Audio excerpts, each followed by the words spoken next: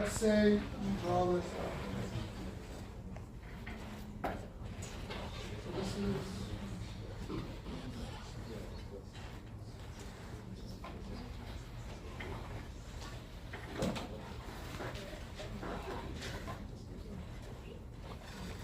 the question is going to be, I throw an object, how fast do I need to throw it such that the ground leaves beneath it and it just keeps flying? Right? So if I were to launch this here, right? The distance, let's call this distance h, right? This distance increase, h plus some delta h, right? The question is, how fast do I need to throw it such that it keeps the same h? So it keeps the same height as it moves around, right? So let's just do this. So we have y, right? Okay, what's my initial height here in this drawing? It's h, right? What's my initial speed? We don't know that yet. Right, that's my initial speed. We don't know, that's what we're looking for, right? T minus 1/2 g t squared. Yeah. Okay. And we have x equal v naught x t. Okay, is v naught y equal to anything? Or what is it equal to? If I'm staying at the same height h throughout my trajectory, what is my v of naught y? 0. H? Yeah, it should be 0. Because it's not moving in y.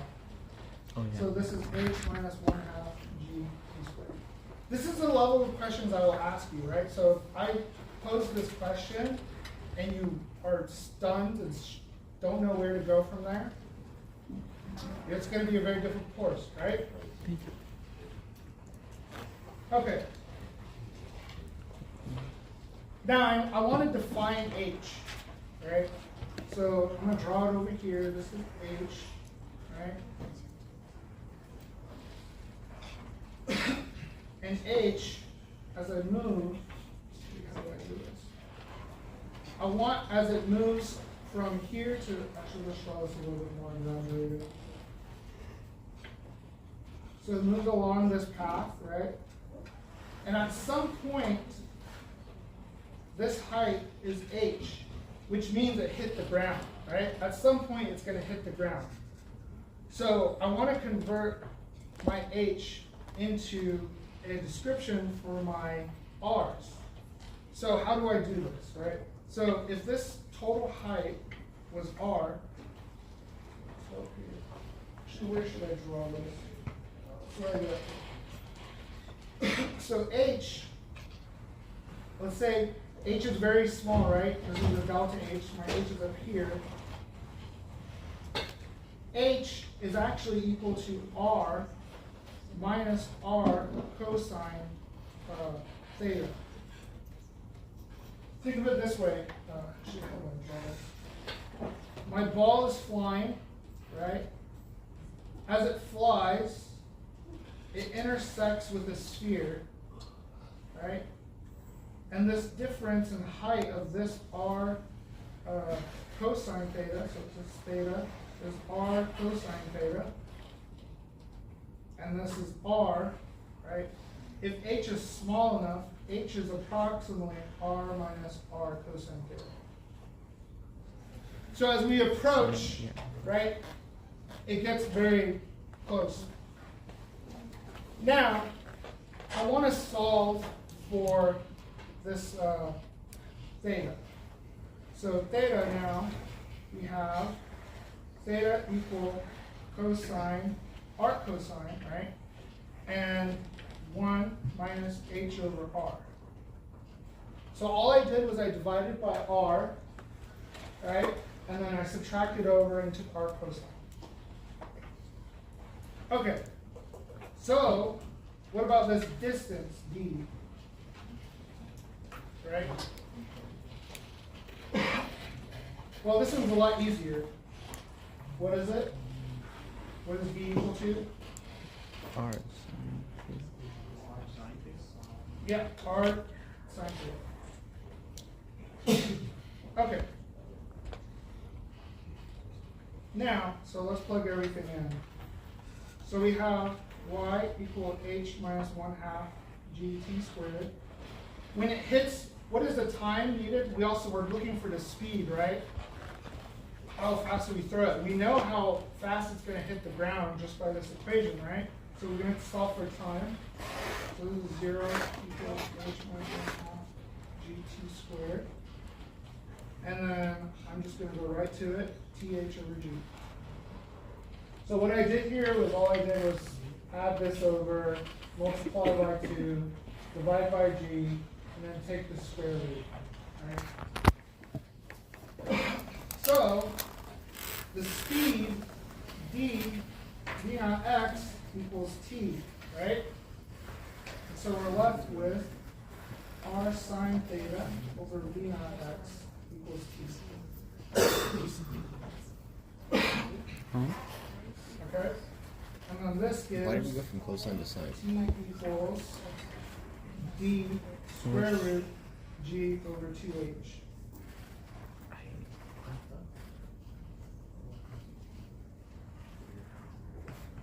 Does that make sense? No.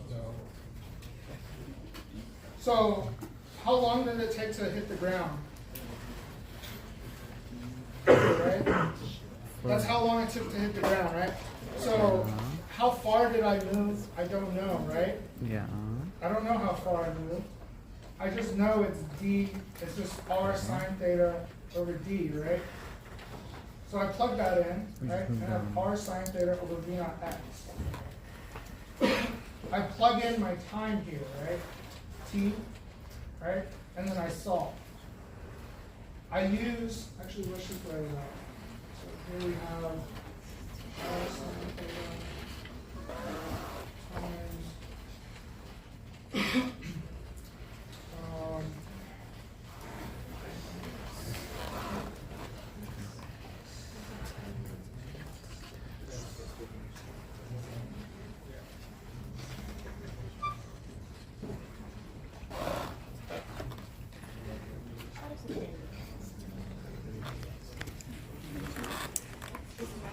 oh.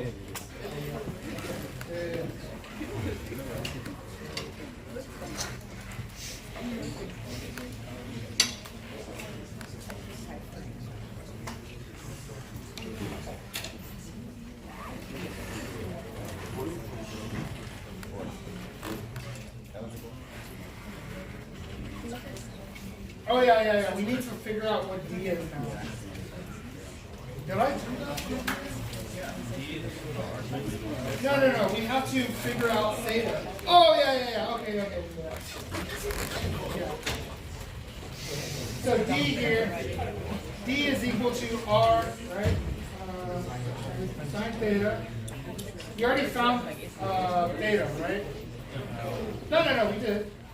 Here. Oh, you're right. Yeah, we already found theta, so we just plug it in. So we have r sine of cosine minus 1 minus h over r.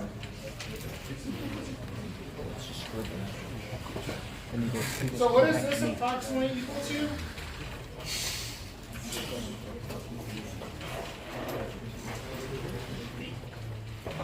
So if I have cosine minus a very small number, what is it approximately equal to? 0. Right. And if cosine of whatever is very small, the angle is very small, what is sine theta approximately equal to if the angle is very small? 0. 0. So, actually, this is actually a very important point. Infinity? Sine theta is approximately equal to theta for small theta.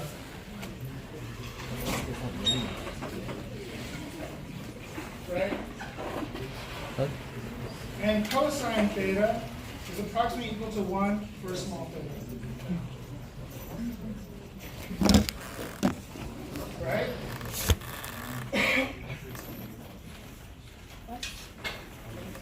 Wait, I'm guessing it means 0. why? I'm assuming it's So 0. if you, I don't know.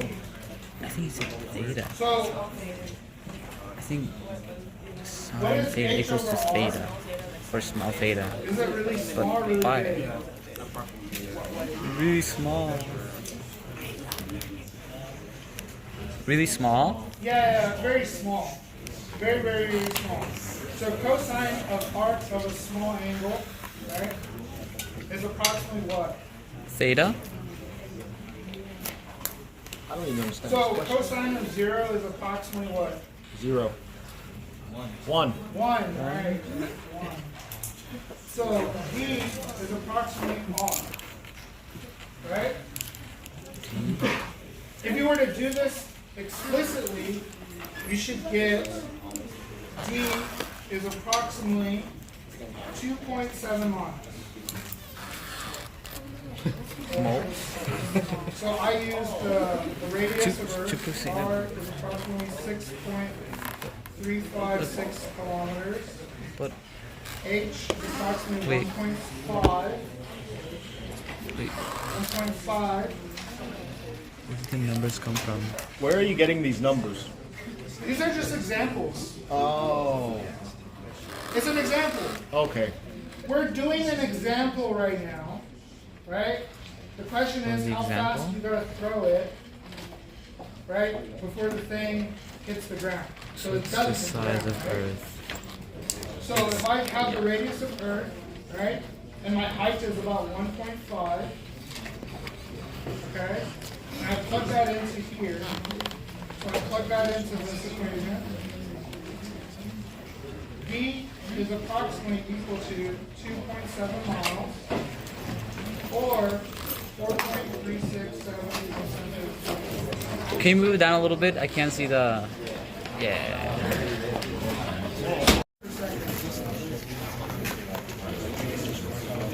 If you were to do this using circular motion for satellites, you get the same answer. Okay.